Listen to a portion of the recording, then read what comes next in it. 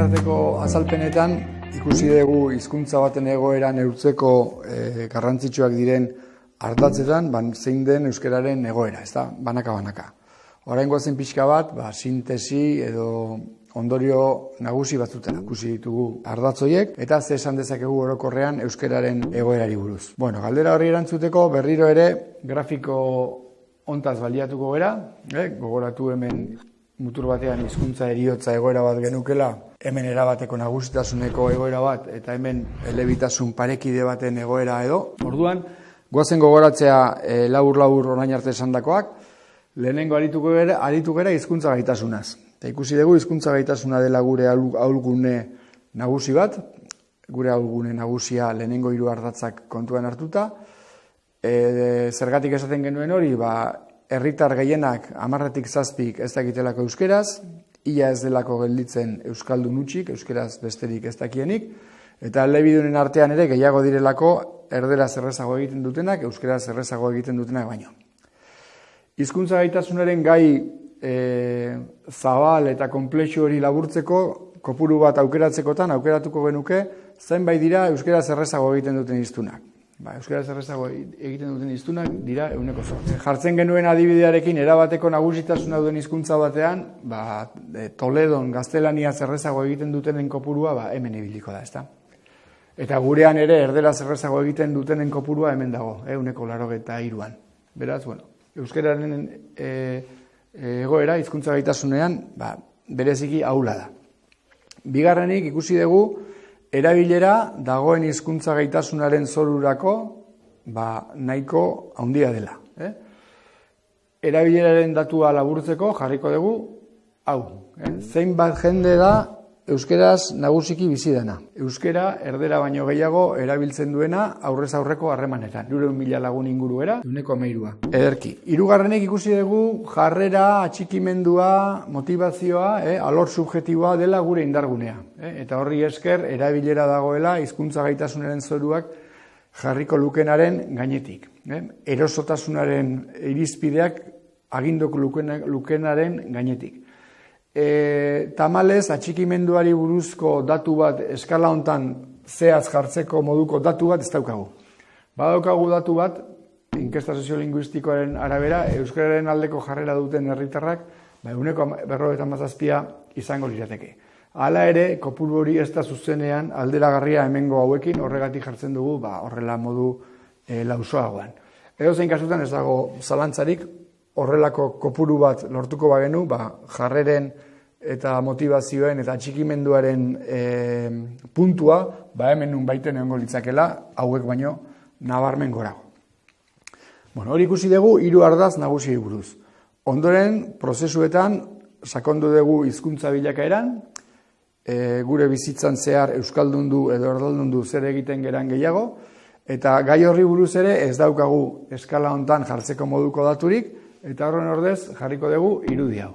Irudi honek ze adierazten du, daukagun erabileran eta hizkuntza gaitasunean eta orokorrean egitatezko parametroak direnak izanik, hain baxu egonda, berezkoa dela nolabaiteko galerarako joera bat. Berezkoa dela nolabait bizitzan zehar orokorrean euskalduntze joerak baino indartsuagoak izatea erdalduntze joerak.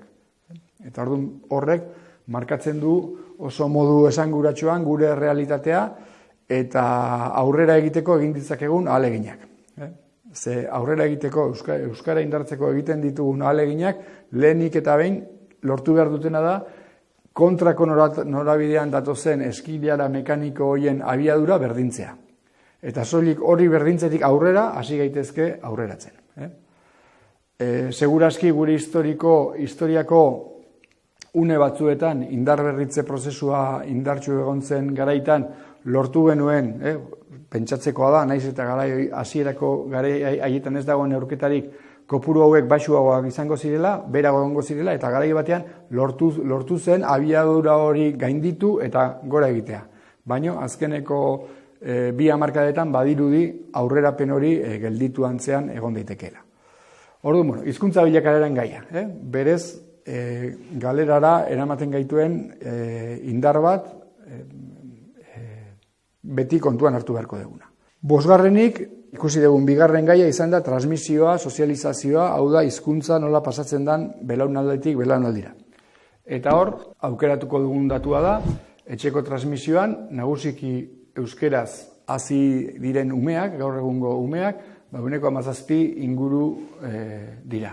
Ikusten den bezala, gainerako neurtutako ardatzak baino gorago, hau da pixka bat egitateetan gure indargunea, indartsuen gauden alorra, baina 17ko maila hortan.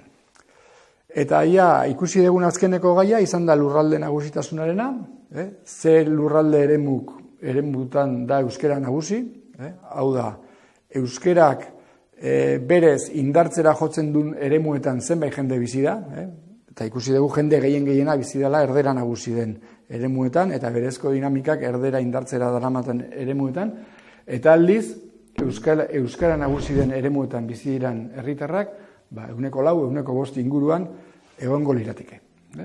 Hau dira, aurkeztu ditugun alderdiak. Beraz, sintesi batera joz, esan dezakegu, zonalde hontan gaudela. Euskararen egoera, ingurune hontan dagoela. Askoz gertuago hizkuntza heriotzaren egoera batetik, hizkuntza baten erabateko nagusitasunetik baino, eta are gehiago, gertuago hizkuntza heriotzatik ere, elebitasun parekide egoera batetik baino. Orduan, gero esango dugun bezala, hau deskribatzeko, termino egokia iruditzen zaigu, minorizazio larria edo minorizazio gorria. Grafikontan ez ditugu jarri, gaztelaniak hegoaldean eta frantsesak iparraldean daukaten egoeraren adierazleak. Egin ahalko genuke eta denak hemen kokatuko lirateke. Gaztelaniaren adibidez lurralde nagusitasuna, 180, biztanleen 180 bizi da erdera nagusien eremuetan. Eta erderaz, euskeraz baino errezago egiten dutenak dira 183 hemen egongo litzake. Eta erabileran erdera nagusi dutenak 188 eta abar. Orduan, zonalde hontan egongo litzake gaztelaniaren eta frantsesaren egoeraren adierazleak. Beste hizkuntza gutxitu batzuekin alderatzeko, hemen pare bat erreferentzia, kasu hontan bakarra konparatzen duguna da erabileraren datua, inkesta bakoitzean, lurralde bakoitzean ezberdin galdetzen da, orduan konparaketa ez da 100% zehatza, baina gutxi gora berako ikuspegi bat lantzeko balio du. Eta, ikusiko genuke, katalanaren egoera gurea baino desente hobea dela, naiz eta beraiek ere erditik bera duen katalanak pixua erabileran, eta Quebecen frantsesaren egoera hori beste dimensio batean kokatzen da, gugandik izugarri urruti. Jakina, beste hizkuntza asko gu baino aulago daude. Eta hemen, hizkuntza heriotzaren puntutik oso gertu, egongo lirateke, gaeliko Irlandan adibidez, edo oksitaniera, edo bretoiera adibidez. Esandakoak esan da, ahul eta zaurgarri dago gure komunitatea, balore oso basuak egitatetan, ikusi dugun bezala, ez da hemen kokatzen ziren baloririk gehienetan, eta hori deskribatzeko, horrekin lotuta berezko kontrako dinamika bat, hizkuntza bilakaeraren gaian ikusten genuena, kontrako berezko dinamika bat lehenengo balore basu horiek izatearen ondorio zuzena dena, eta bigarrenik botere harremanek ere hortara iraunkortzen laguntzen dutena. Eta egoera hau deskribatzeko, aipatu bezala, minorizazio gorriaren terminoa hobesten dugu, Jon Sarasuari hartutako terminoa da, eta Jon Sarasua berak badu metafora bat egoera deskribatzeko erabili izan duena, eta guretzat oso argigarria dena, ez. Aipatzen du gure hizkuntza komunitatea gaixorik dagoela, eta daukan gaixotasuna ez dela berez besterik gabe konponduko den katarroarin bat. Horren ordez esaten du, gaixotasun larri bat daukagula, minbiziaren moduko gaixotasun bat, eta terapietan asmatu ezean, gaixotasun horri aurre egiteko terapietan asmatu ezean, gure komunitateak etorkizun beltza duela. Eta, hortan ari gerala, azkeneko hamarkada hauetan, terapia egokiak asmatu nahian, Eta hori dela pixka bat gure kokapena. Zera, azken urteetan asko landu da, Kika Munarrizek oso modu argian aipatu du, bide gurutze batean gaudela, ezta? Euskerak jo dezakela pixka bat hizkuntza normalizazio egoera batean dauden hizkuntzan aldera, edo jo dezakela hizkuntz galerara, ezta? Metafora horri kopuru batzuk jartzen badizkiogu, erabilera aitortua bataz bestekoa 17%aren inguruan daukagu Euskal Herrian. Eta jarriko ditugu konparazio puntu batzuk. Irlandan ez dut aurkitu datu zehatzik gureekin zuzenean alderagarriak direnik, baina pentsa daiteke erabilera ez dela egongo 1%tik gora, galikoaren erabilera. Beraz, nola esateko, Irlanda 16 kilometrota izango genuke. Gu baino desente asko hobeto dagoen komunitate bat beste bat hartzen badugu, Islandia adibidez. Islandian arazoak dituzte, geroz eta eremu gehiagotan inglesa nagusitzen nahi delako, unibertsitatean eta kultur ekoizpenean eta kontsumoan eta bar, baina hala ere hizkuntza arrunta oraindik argi eta garbi Islandiera da. Orduan, Islandieratik egongo gineke izugarri urruti eta Kataluniatik ere ditugun datuen arabera urruti egongo gineke. Orduan, lehenengo ikuspegia da gertuago gaudela Irlandatik, Islandiatik edo Kataluniatik baino. Bide gurutzen gaude, baino gertuago gaude oso ahul dauden hizkuntzetatik, hizkuntza osasuntsuago hoiengatik baino. Eta gainera, kezkagarriena edo berezik kezkatzeko modukoa da, dagoen distantzia horretaz gain, berez, zorua ez dagoela laua, nolabait esateko. Berezko joera badagoela, bera egitekoa, lehen esan bezala. Eta nolabait gure herriak erabakiko balu Irlandara joan nahi dugula, gure asmoa dela hizkuntza ahultzen joatea, bide hori oso erraza izango litzake. Berezko joerak hortara laguntzen duelako. Eta aldiz, gure asmoa baldin bada, hizkuntza indarberritzea eta egoera hobeago batera eramatea, jakin beharra daukagu, hor lanago gorra egin beharko degula, aldapan gora daukagulako, eta aldapan gora eukiko degulako urrengo hamarkadetan ere. Goazen pixka bat ikuspegi luzean kokatzea berriro. Azalpenaren hasierako azalpen batean, aritu gera pixka bat aurkeztu dugu zein izan den azkeneko mendean euskararen egoera soziala gurean izan duen bilakaera orokorra, eta aipatu dugu nola 3 aro nagusi bizi izan ditugun, ezta? Ordezkapen aroa, galera aro handi bat, 20. mendearen lehenengo 2 herenetan gertatu zena, ondoren indar berritze aro esanguratsu eta berezi bat, eta azkenik gaur egun gaudena, geldotze aroa edo deitu deguna. Hor kokatuta, zeintzuk dira aurrera begira eduki ditzakegun perspektibak. Ez denatoki etor daiteke, zer kontatuko du gai hauei buruz, hemendik 100 urtetara edo hemendik 80 urtetara hitz egingo du delako ikerlari batek, ezta? Besteren batek aztertuko du gai hau 100 urte barru eta ze kontatuko du, ze gertatu da 21. mendean. Funtsean aukera hauek ditugu, ezta?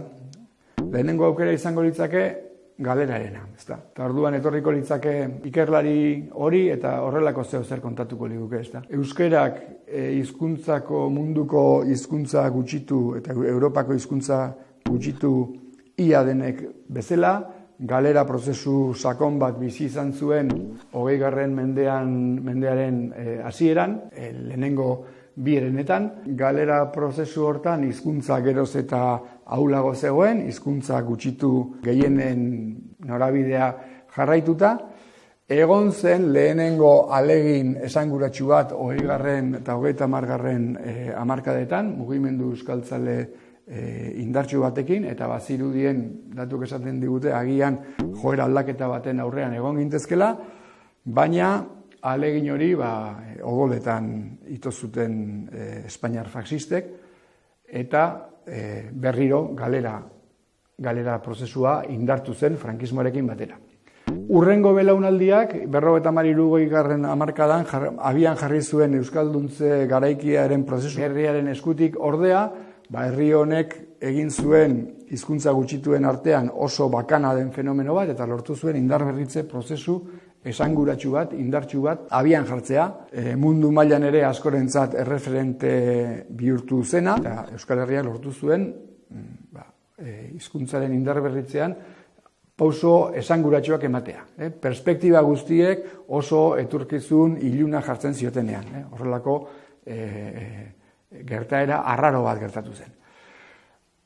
21. mendean sartzearekin batera ordea, eta dinamika sozial eta teknologiko eta kultural askoren ondorioz, geldotze aro batean sartu zen, indarberritze prozesu hori gelditu egin zen, eta 20. hamarkadaren lehenengo 2 hamarkadetan geldotze fase hori pasa ondoren, eta euskaldunak gai ez zirenez egoeraren larritasunaz jabetzeko eta egoerari aurre egiteko bide berriak asmatu ez dituztenez, berriro ere galera fase batean sartu zen euskera, eta gaur egun, 21. mendean, adibidez, 21. mendearen bukaeran edo 22. mendearen hasieran, euskera dago askoz ere ahulago, pixka bat, lehen ikusi ditugun, Irlandako gaelikoaren edo bretoieraren edo tankera hortako testu inguru batean, egon gaitezke 100 urte barru, ez da?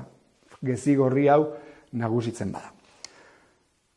Hori da, daukagun aukera bat, ez da. Beste aukera bat, izan daiteke, gaur egun geldotze aro deitu dugun horretan gutxi gora bera maila beretsuan jarraitzea, urrengo 80 edo 100 urtetan. Izan daiteke. Berez, niri behintzat ezagututa nolabait daukagun egoera soziolinguistikoa tensioz eta aldaketa joerak dituela bere baitan, zaila egiten zait hipotesi hontan sinistea. Egiantz gutxiena ikusten dioten hipotesia horrako hori da. Hirugarren aukera izango litzake, euskaldunak galera fase handi horren ondoren lortu zen indarberritze prozesu esanguratsu batean eta esanguratsu eta indartsu bat martxan jartzea, eta prozesu horrek bizi izan zuen geldialdi bat 21. mendearen hasieran, 21. mendearen lehenengo laurdenean, nolabait esateko, 21. mendeko 20. hamarkadaren bueltan, euskaldunak jabetu ziren prozesu indarberritze prozesua geldotzen hasia zegoela, hainbat adierazleek alarma argiak pizteko moduko informazioa eskaintzen zutela jabetzen ziren, errealitate horri aurrez aurre begiratu, egoera aztertu eta berriro ere helburu eta egin beharreko zehatzak mahai gainean jarrita eta hortan herriaren eta agintarien indarrak hortara jarrita, berriro indarberritze prozesu batean sartzea lortu zuten. Hori izan daiteke hirugarren aukera. Eta 21. mendearen bukaera, euskera dago, gaur egun, 2024 urtean, dagoena baino indartsuago. Eta adibidez, euskerak badu lurralde eremu zabal bat, nun nagusitasunezko hizkuntza den, eta eremu guztietan dauka euskeraz bizi den jende kopuru esanguratsu bat, eta pixka bat da, hizkuntza bat, geroz eta indar handiagoa duena, eta lehen aipatu dugun eskeilera mekaniko horren morrontzatik atera dena edo ateratzen hasia dagoena. Hoiek funtsean 3 eszenatoki posibleak, ez da. Zer gertatuko den? Ez dakigu, ez dakigu. Baina badakiguna da, 2 ideia argi, eta hoiek aipatuko dizkizuet, eta lehenengoa, eta gezi gorriaren alde, nolabait esateko, da, kontziente izan behar gerala, etorkizuna errotik baldintzatuko duten prozesuek, ez dituztela gauzak erraztuko. Batetik, testuinguru orokorra ez da hizkuntza gutxituen aldekoa. Gaia nazioartean eta aztertzen duten ikerlariek, aurre ikusten dute hurrengo mendean hizkuntza gutxituen desagertze prozesu indartsu bat biziko dugula. Hortan ez dago zalantzarik. Neurrian dago zalantza. Batzuk esaten dute hizkuntzen erdiak desagertuko direla, eta beste batzuk esaten dute askoz ere gehiago izango direla desagertuko direnak. Baina nolabait munduko haize orokorra ez dago hizkuntza gutxituen alde eta ez digu mesederik egingo, ezta. Zertaz ari gera munduko haize hori ez da ari geranean, gauza askotaz, baina oso modu garrantzitsuan, teknologia berriek sortutako mundu berriak eta horrekin lotutako kultur konsumo ohitura eta modu berriek, hizkuntza hegemonikoen alde egin dute eta pentsatzekoa da indar horrek horrela jarraituko dela. Eta horrekin batera, lehen beste atal batean, aipatutako prozesu demografikoek. Segurazki jaiotze mailan dauzkagun datuak kontuan hartuta batetik eta aurre ikusten diren migrazio fluxuak ere kontuan hartuta, egoera baldintzatzen duten prozesu esanguratsu horiek ez dituzte gauzak erreztuko. Honi buruz, Jon Sarasuak ere esaten duen ideia bat ekarriko dugu berriz, orain arte egin deguna egiten jarraitzen badugu, jakinda orain arte egin deguna ez dela gutxi, eta merito handiko lana dela, baina orain arte egin deguna egiten jarraitzea ez da aski. Baldintzak aldatu dira, gauzak zaildu egin dira, eta eman barra daukagu jauzi bat, edo aurrera pausu nabarmenak eman nahi ditugu, bestela nagusituko diren dinamikak ahultzera eramango gaituztelako. Orduan, lehenengo ideia hori, etorkizuna errotik baldintzatuko duten prozesuak ez dituztela gauzak erreztuko. Eta horri kontrapisua jarriz, bigarren ideia, lanak fruituak ematen dituela. Eta hori ezin dugula bistatik kendu, ezta? Gure herriak hemengo gertaera hau sortu bazuen, esperientzia sortu bazuen, indarberritze prozesu erreal bat abian jarri bazuen toki gehienetan gertatu ez dena eta hizkuntza gutxituak gehienetan gertatu ez dena da, herri honetan hizkuntzaren kontzientzia oso indartsu zegoelako eta jendeak lana gogotik egin zuelako. Jende askok parte hartu zuen oso modu konprometituan indarberritze prozesu hortan. Beretik jarriz eta lana eginez. Eta horrek bereizten gaitu, zergatik hau Euskal Herrian gertatu da eta ez beste toki askotan, hemen horretan lan fuerte egin delako. Eta berdin, gure herrian ikusten badugu, adibidez, ze lurralde eremutan aurreratu den gehiago eta zeintzutan ez, oso argi egindako lanarekin harremana estua da. Ez da, EAen daukagu bilakaera hobea, Nafarroan eta Iparraldean baino, eta horren arrazoi argi bada, hemengo administrazioek gehiago egin dutelako, zalantzarik gabe, euskararen alde beste tokietakoek baino. Eta berdin gurean, ikusten baditugu, lehenago aipatu ditugu, ezta? Adibidez gure lorpen handi bat, belaunaldi berrietan indartsuago gaude zarren artean baino, oso egoera arraroa hizkuntza gutxituetan.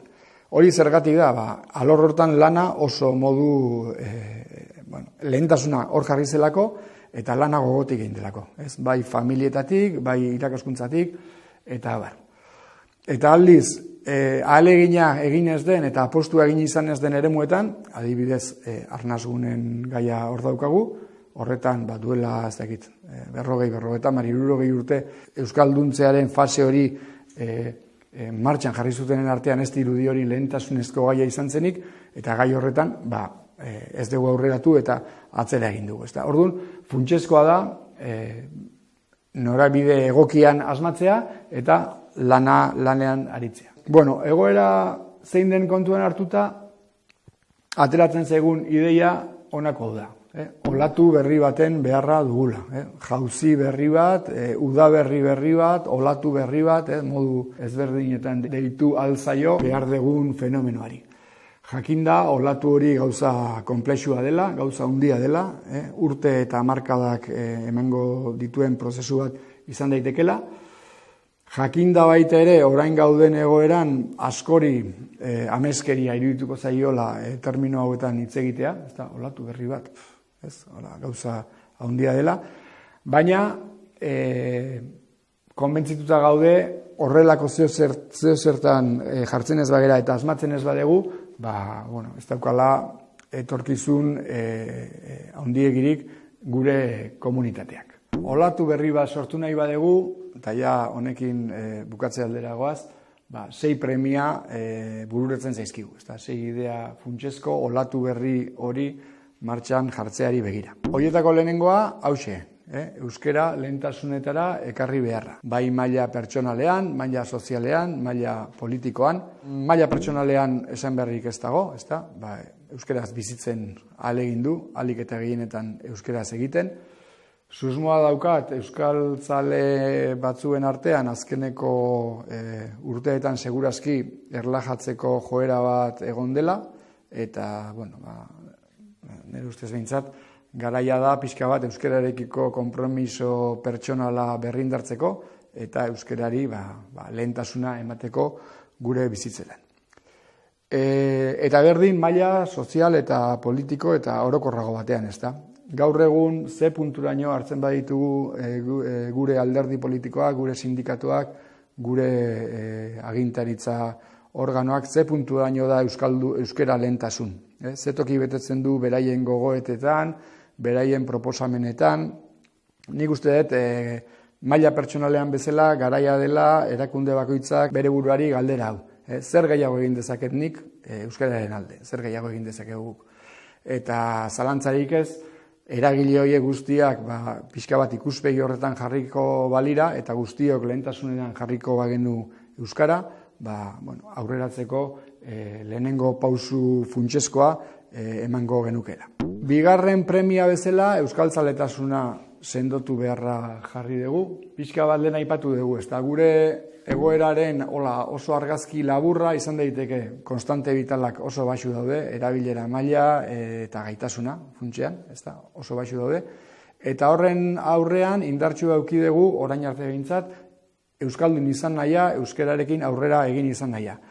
Eta horri eskerrak mantendu izan gera bizirik eta daukagun maila baxu horrek eskatzen du euskaldun izan nahi hori bizirik egotea. Eskilara mekanikoaz aritu izan gera, eta ikusten dugu berezko joera bat badagoela euskera ahultzeko. Orduan, euskerarekin aurrera egitea ahalegina eskatuko digun lan bada, bai pertsonalki eta bai kolektiboki, eta lan hori egin ahal izateko behar dugun barruko gasolina, orain arte, euskaltzaletasuna izan da. Euskaldun izan nahia, euskaldun izateaz sentitzen dugun harrotasuna, hizkuntzarekiko maitasuna, eta badaude sintomak pentsatzeko azkeneko urtetan euskaltzaletasun hori, euskaldun izan nahi hori ahultzen ari dela. Inkestetako datuek eta hainbat fenomeno sozialek hori ondorioztatzera eraman gaitzake. Orduan, gai honi ere garrantzia eman beharko genioke, nola lortu berriro euskaltzaletasun hori gure baitan indartzea. Horrekin lotuta diskurtsoen gaia dago, gaur egun segurazki galdetuko bagenu zein den hemen inposatzen den hizkuntza, segurazki Euskal Herriko zonalde batzuetan behintzat, bereziki, askok esango lukete euskera dela inposatzen den hizkuntza, ezta? Lurralde horretan legalki inposatzen den hizkuntza gaztelania denean, deno daukagu legez gaztelania jakiteko bete beharra euskararekin gertatzen ez denean. Orduan, hor dagoen hautemateetan dagoen nolabaiteko distorsio hori landu eta diskurtsoetan asmatu beharra daukagu aurrera egiteko.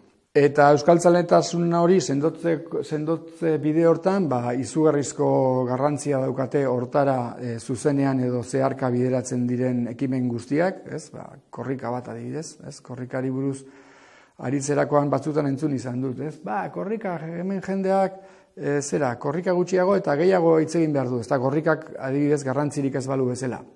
Gure ustez herrito euskalduntasuna indartu eta euskaldun izan nahi hori indartzeko herrito bezala, funtsezkoa da korrika, adibidez, ez da. Eta paper bera jokatu dezakete, euskeraldiak edo herri mailan egin aldiren hainbat ekimenek. Eta alor horri, euskaltzaletasun hori bizirik mantentzeari, garrantzia eman behar dugu eta hortik lan egin, ez da. Olatu berrirako 3. premi garrantzitsu bezala, hau jarri dugu. Erdera nagusi den eremuetan asmatu beharra. Ikusi dugu Euskal Herritarren, hegoaldeko herritarren herritar gehienak erdera nagusi den eremuetan bizi direla, ezta. Zehazki 80% bost herritarretik 4 bizi da erderaren nagusitasun handiko eremuetan. Eremuetan euskararen presentzia soziala oso txikia den, eta horregatik berezko indarrak erdalduntzera eramaten duen modu garrantzitsuan. Orduan, garrantzi berezia du gune horietan egiten denean asmatzeak. Eta zer esan gune hori buruz? Bueno, gune hori buruz esan behar dugu, batetik, azkeneko 30-40 urtetan bilakaera positibo ikusgarria eman dutela, segurazki mundu mailan esperientzi bakana hau ere, eta gune horiek ari gera, ez dakit, adibidez, Bilbo, Iruña edo Gasteiz bezalako tokietaz, edo Arabako lurralde gehienean, edo Arabako, edo Nafarroako zonalde askotan. Gune horietan lortu da euskararen pisua hutsaren urrena izatetik, euskararen presentzia hutsaren urrena izatetik. Horietako askotan euskarak zuen presentzia zen eremu euskaldunagoetatik etorritako euskaldunek ematen ziotena, duela ez dakit 60 urte, lortu da euskararen aldeko mugimendu indartsu bat errotzea, jendea euskalduntzea, eta belaunaldi berrietan aldaketa esanguratsuak gertatzea. Zehazki, ezagutza maila asko igotzea, gaur egun adibidez, Bilbon edo Gasteizen aurretan erabe gehienak euskaraz hitz egiteko gai izatea, lorpen handia da. Hala ere, adierazle sendoagoetan, nolabait esateko, erabilera izan daiteke horietako bat, edo gaitasunean nagusitasuna, euskaraz errezago egiten dutenen multzoaren neurria, aldagailuetan bilakaera oso apala izan da. Hau da, duela 30 urte genituen balioak egongo baziran tokien arabera aldatuko lirake, baina 1,2, 1,3 inguruan, 30 urte pasata igo da puntu bat edo 2 puntu. Eremu hauek daukaten pisu demografikoak izugarri baldintzatzen du Euskal Herri osoko panorama, eta galdetu beharko gineko gure buruari, ez dinote den zehozer asmatu azkarrago joateko. Eta horren inguruko gogoeta bat jarraian. Zer gertatzen da eremugietan? Nik uste dut datu demolinguistikoak eta bestela dauden, bestelako ikerketa kualitatiboagoak ere kontuan hartuta, eremu hauetako euskaldun tipoa, euskaldunen sail nagusia, nolabaiteko sorgin gurpil batean harrapatua bizi dela. Euskaldun guztiak ez, badaude salbuespenak, baina euskaldun gehienak, eremu horietan bizi diren euskaldun gehienak biziko lirake orain azalduko dizudan sorgin gurpilon hortan. Abia puntua da, gizabanako horien egoera pertsonala bi ezaugarriekin deskribatu daiteke. Batetik, hizkuntza gaitasunean elebidunak dira, hau da euskalduna dira, baina erderaz ere badakite, eta kasu gehienetan erderaz errezago egiten dute euskaraz baino. Euskaldun gehienen ezaugarria hori da. Eta horrekin batera badute jarrera euskaltzalea. Batzuek jarrera hori oso bero daukate, beraien baitan, eta beste batzuk epelago. Baina orokorrean inguru horietako euskaldunak euskararen aldeko joera, jarrera argia daukate. Orduan hori da beraien abia puntua. Gero, hiztun horiek mundu errealean zerekin aurkitzen dira eta nola portatzen dira, hori hemen bigarren puntuan ikusten dugu, ezta? Zer gertatzen da? Hasteko gertatzen da. Beraien bizitzako kasu askotan, hiztun multze horren parte handi baten kasurik gehienetan ez dutela aukerarik euskaraz hitz egiteko. Hau da, egoera gehiagotan daude beraien bizitzan nahita ez erderaz egin beharra daukatenak, olako egoeretan gehiago tokatzen zaizki olako egoerak euskaraz egiteko aukera dutenak baino. Zergatik, testu inguru horiek oso erralduna direlako, eta hiztun hauetako askoren kasuan, beraien familian adibidez, erdalduna dira asko, edo beraien lantokian, edo beraien laguntaldean. Orduan, askotan ez daukate, aurrez aurreko egoeratan, mintzakide euskaldunak topatzeko aukera hundirik. Eta bestetik, telebista, edabide, kultur kontsumo eta abarraren eremori hartzen badegu, euskarazko eskaintza oso urria da, deno dakigun bezala, eta horrek eramaten du baita ere, aukera askoz ere gehiago izatea, gaztelaniaz aritzeko, edo frantsesez, euskeraz baino. Orduan, lehenengo atala, askotan ezin da euskeraz egin.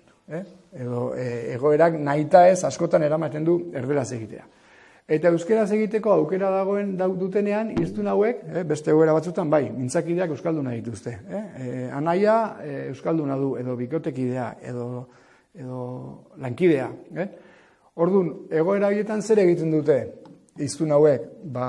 Datuei erreparatuta egiten dutena da, batzutan euskeraz egiten dute, eta bestetan ez. Hau da, batzutan beraien hizkuntza gaitasunari jarraituta, erderaz errezago egite horri jarraituta, eta beraien pilotari gisa, beraien eskubiko eskua erdera denez, erderara jotzen dute.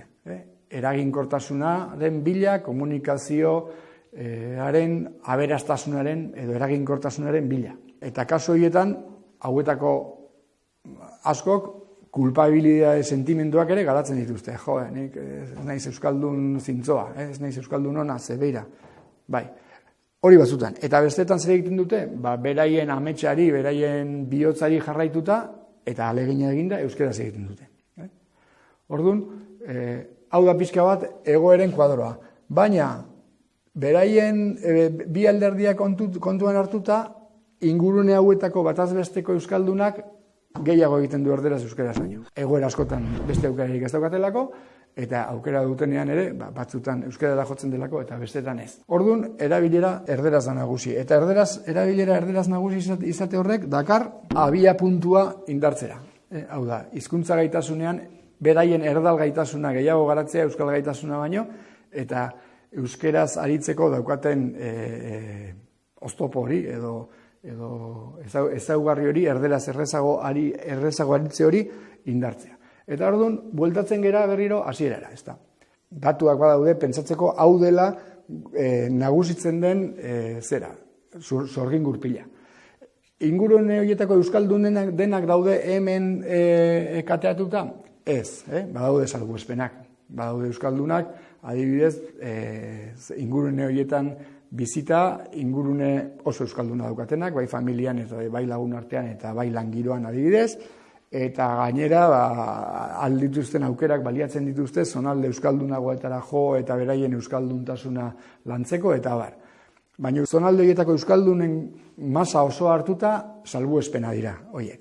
Gehienak, sorgin gurpil hontan, kateatuta edo biziko lirake. Pauso bat emango dugu. Badaude sintomak gainera, pentsatzeko, ez gerala gai izan, belaunaldi berrietan sorgin gurpil honekin eteteko. Egoera hontan bizi den euskaldunaren, ingurune horietako euskaldunen azkeneko hamarkadotan, seme alaba horiekin ze gertatu da.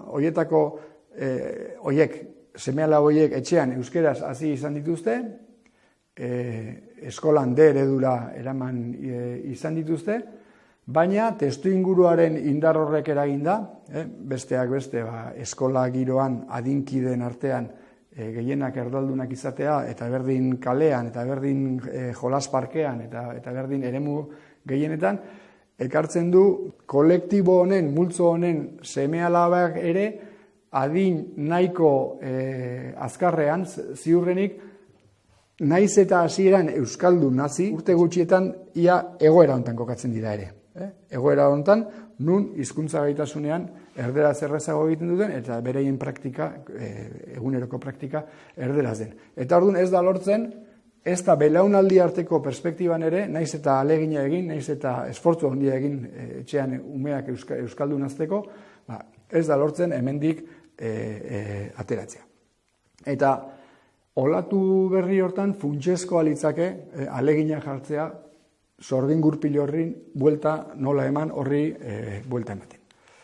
Eta horri begira, bururatzen zaizkigu hiru gako, lehenengoa ez da inundik inora berria, euskalgintzan azkeneko hamarkadetan behin da berriz aipatu den gaia da, komunitatea trinkotzea, euskaldunak guregana gehiago bilduz kopuru hau txikituko litzake, euskeraz egiteko aukera dauden egoerak areagutuko lituzkete, eta beraz, hemendik ateratzeko modu bat izan daiteke, Hori ideia bat.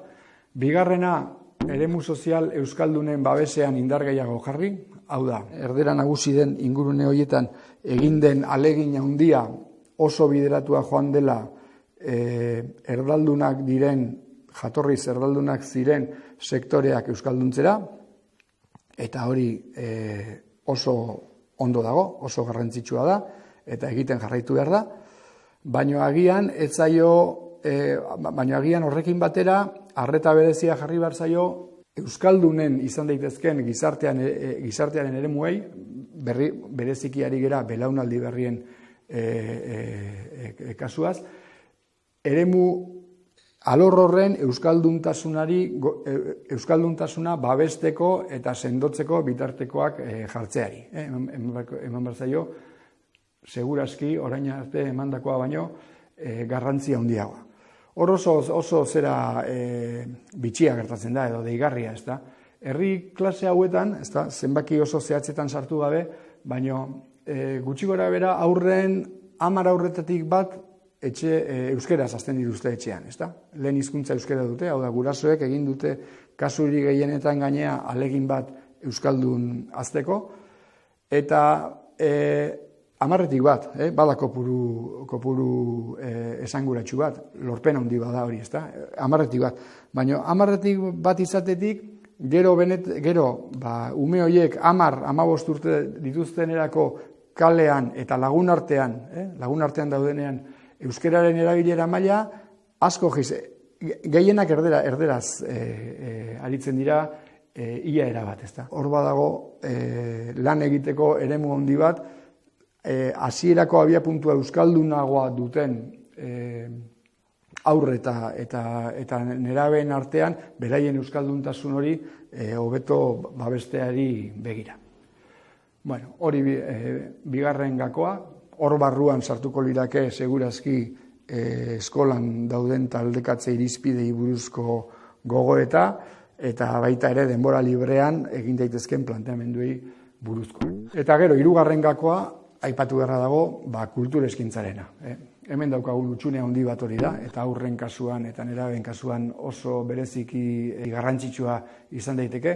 Gaur egun, geroz eta garrantzia handiagoa duen fikzioa, pantailak, sare sozialak, mundu hori dena erderaz da nagusiki, eta hor euskerazko eskaintza derrigorrezkoa da, euskerazko eskaintzan aurrera pausu garrantzitsu bat ematea. Hone gainera, ez dioke mesede egingo bakarrik zonalde erdaldunagoetako aurre eta gaztei, baizik eta Euskal Herri osoko zonalde eta eremu ezberdinetako aur guztiei ere. Edozein kasutan, gako funtsezkoa da, 180, herritarren 180 bizi da erderaren nagusitasuna handiko eremuetan, hor asmatzea funtsezko gakoa da aurrera begira, olatu berri hortan landu beharreko ezinbesteko erronka. Olatu berrirako laugarren premia bezala jarri dugu hau, arnasguneak sendotu eta hedatu beharra. Lehenago esandakoa gogoratuz, argi eta garbi Euskal Herrian ekosistema soziolinguistiko ezberdinak ditugu, eta badira zonalde batzuk berez bertako herritarren euskalduntasuna, beraien gaitasuna, beraien erabilera sendotzera daramatenak, horiek dira arnasguneak, eta beste ingurune batzuk non indartzen den dinamika erdalduntzearen den. Orduan, arnasguneak dira euskerak aldeko dituen jokozelaiak, ikusi dugu jokozelai horiek nahiko urriak direla, gaur egun hiztunen 4%, bakarrik bizi dela tankera horietako eremuetan, eta beste 6% bat bizi da euskera erdera nahiko pareko dauden eremuetan, orduan eremu txikia da, eta gainera azkeneko urteetako joera da, eremu horiek ari direla oraindik ere gehiago ahultzen. Orduan, funtsezko alderdia da, arnasgunen eremua handitzea. Baten batzuk, gai hau aipatzen du denean, olako erresistentzia batzuk edo jartzen dituzte, ezta? Eta lotzen dute arnasguneen gaia, pixka batetik iraganarekin, ez? Hori lehengo eremuak ziren. Horiek desagertzen ari dira, eta ez da gehiagik kezkatu behar horiek desagertzearekin. Hemen funtsezkoa da, jende gehiena hemen bizi da, ingurune hauetan, eta hemen balio duen bakarra da hauetan asmatzea. Aipatu dugu lehen, oraintxe aipatu dugu, funtsezkoa dela, eremu hauetan egiten denarekin asmatzea. Hemen, esan bezala, hemen bizi da 180, hemen bizi da beste 110 bat, hau da, eremu hauetan egiten denarekin asmatzea funtsezkoa da.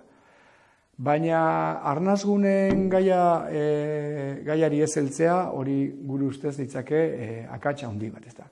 Ze hori esaten dutenek ez dute normalean beraien euskalduntzearen lurralde diseinua zein izango litzateken esplizitoki esaten, baina esaten dutena entzunda badirudi esaten ari zaizkigula horrelako zer.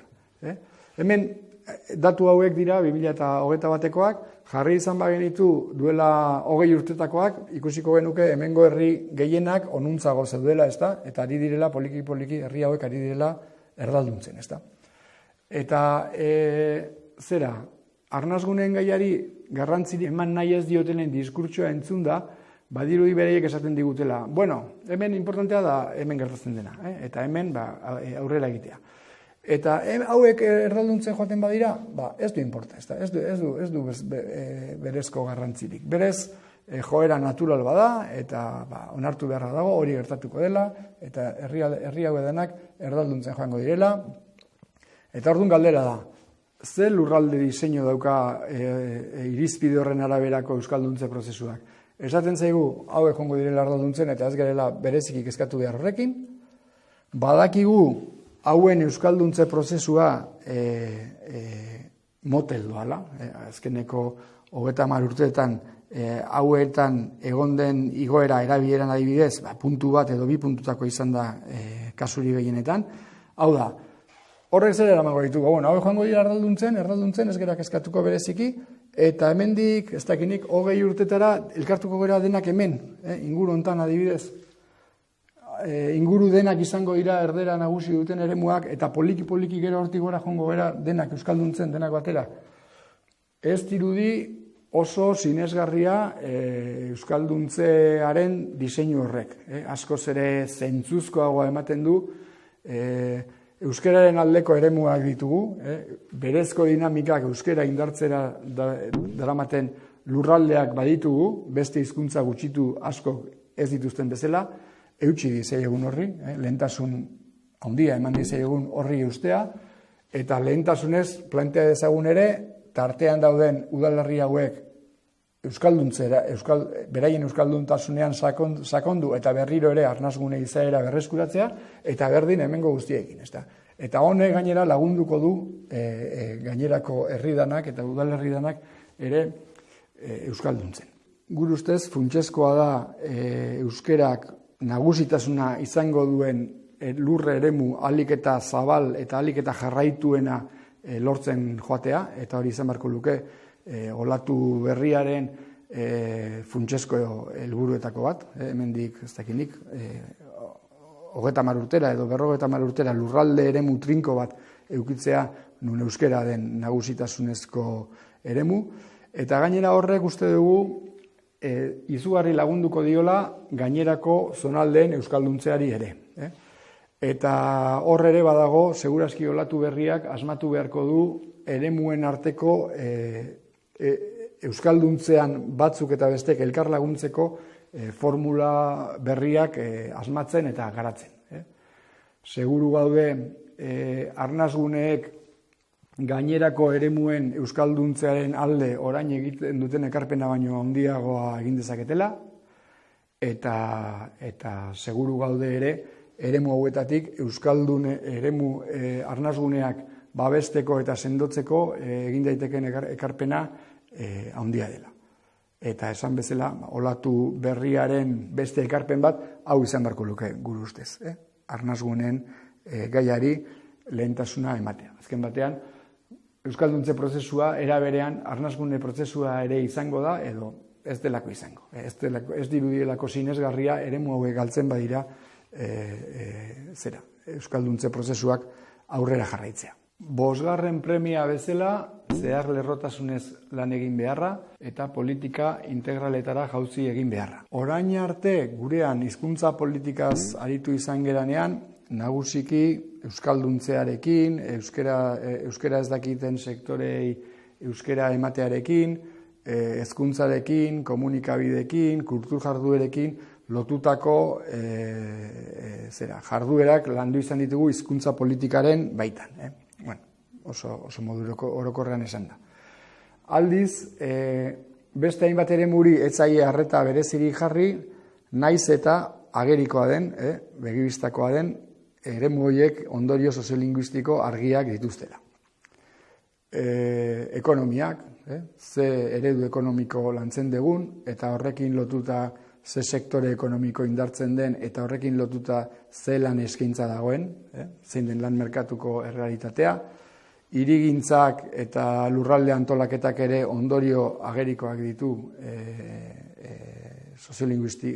errealitate soziolinguistikoan, berdin famili politikak, berdin edabideen inguruko politikak, eta abar, ezta.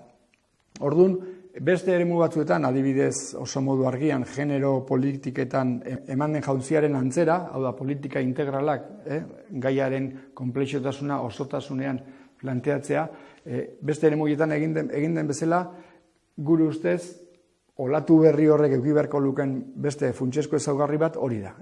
Euskararen gaia modu integralean planteatzea. Hau da, gure buruari galdetzeak, ze eredu ekonomiko komeni zaioan euskarari, ze lan baldintza behar diran hemen euskarak bizirik eta indartsu jarrai dezan, ze edabide eremu, ze famili politika, alderdi goie guztiek eragina bai dute hizkuntzaren egoeran. Orduan, azkenean, errealitate guzti horiek euskararen betaurrekoekin begiratzeko erronkari heldu beharko genioke, aztertuz, ondo, ze ondorio ditun eduki ditzaken herriaren diseinu batek edo besteak hizkuntza auzietan, eta erabakiak hartzerakoan hizkuntzaren gaia ere kontuan hartuta. Azkenean, iritsi beharko genuke, egiten dugun herriaren diseinuan, nolako Euskal Herria nahi dugu, nolako Euskal Herria diseinatu eta eraikiko dugu, sortu dezagun Euskal Herri bat bere ezaugarri ekonomiko, demografiko, urbanistiko eta abarretan euskara bizitzea eta euskaraz bizitzea erreztu eta indartuko duena. Hori, 5. premia. 6. eta azken premia bezala, honako hau jarri dugu. Galdera berriek akuilatuta, irudimenez jokatu beharra. Orain arte euskararen aldeko borrokan eta euskararen aldeko bidean landu diren bideak funtsezkoak izaten jarraituko dute, baina horrez gain intuizioa edo badugu, orain arte landu ez diren eremuetan eta gaietan eta lan egiteko moduetan jauzia eman beharra dagoela. Eta garaiak direla nolabait pixka bat bide berriak urratzeko, aukera berriei buruzko gogoeta egiteko, esperientzia berriak frogatzeko, hanka sartzeko eta asmatzeko, eta bide berriak horrekin guztiarekin bide berriak eraikitzeko garaia dela. Adibidez, noiz helduko diogu gure herrietako taberna askotan gertatzen ari den arazoari, ezta? Geroz eta segurazki toki askotan lehen euskaldunak ziren tabernak baldintzak aldatu direlako erralduntzen ari da. Horri helduko aldiogu inoiz. Nork helduko dio? Nola helduko diogu? Edo, hori bezala mila galdera. Badaude gaiak, orain arte landu ez direnak, segurazki lantzeko modu eta molde berriak eskatuko dituztenak. Eta orduan, irudimena eta ausardia funtsezko ezaugarriak izango ditugu olatu berri horretan. Bukatzera noa, emandako azalpenekin esan bezala egoeraren oinarrizko zirriborro bat egiten ahalegindu gara, egoeraren eta dauzkagun perspektiben oinarrizko zirriborro bat. Esan beharrik ez dago, emandako azalpenak eta egindako irakurketak xehetasun eta zehaztasun gehiago behar ditula, beti oso maila orokorrean aritu gera, hau lurraldeka ezberdin gertatuko da kasuren batzutan eta aztertu beharko litzake, bai lurraldeka, bai alorka eta abar, ez da. Edozein kasutan, argazki orokorra guk uste nahiko argia da, euskerak minorizazio larri egoera bat bizi du, eta horrek berarekin dakar galerarako berezko joera bat.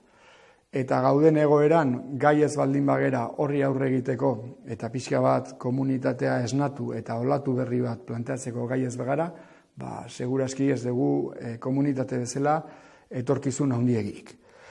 Baditugu indargune funtsezkoak, gure herria kasu berezia da, munduko panoraman hizkuntzarekiko atxikimenduari eta hizkuntzaren aldeko indarberritze esperientziari buruz esperientzi berezia lortu duelako, badegu indargune hori, badegu euskalgintzan lan egiteko tradizio bat, eta nik esperantza daukat, denon artean gai izango gerala, olatu berri bat martxan jartzeko, eta neurri batean dagoeneko ja olatu hori martxan jartzen hasita gaudela, eta gutako bakoitza dela olatu hortako tanta bat, eta denon artean lortuko degula euskararen egoera hobetzea hurrengo urte eta markadetan. Eskerrik asko eta beste bat arte.